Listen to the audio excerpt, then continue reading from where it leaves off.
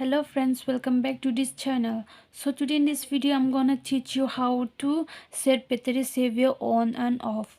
So before I start the video, please do not forget to like the video, share the video and subscribe to the channel. So without wasting time, let us start the video. So first of all, you have to move to the setting. So you have to press the setting, and then you have to scroll it down here. Then you can see it here, battery.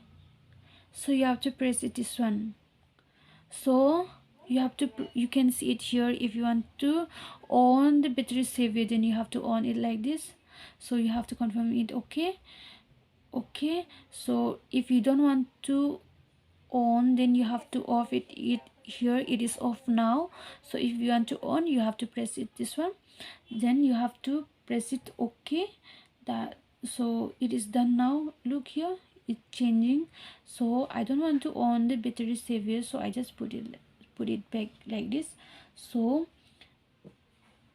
set it like this. So it is done now. So friends, do not forget to like the video, share the video and subscribe to the channel. Thanks for watching.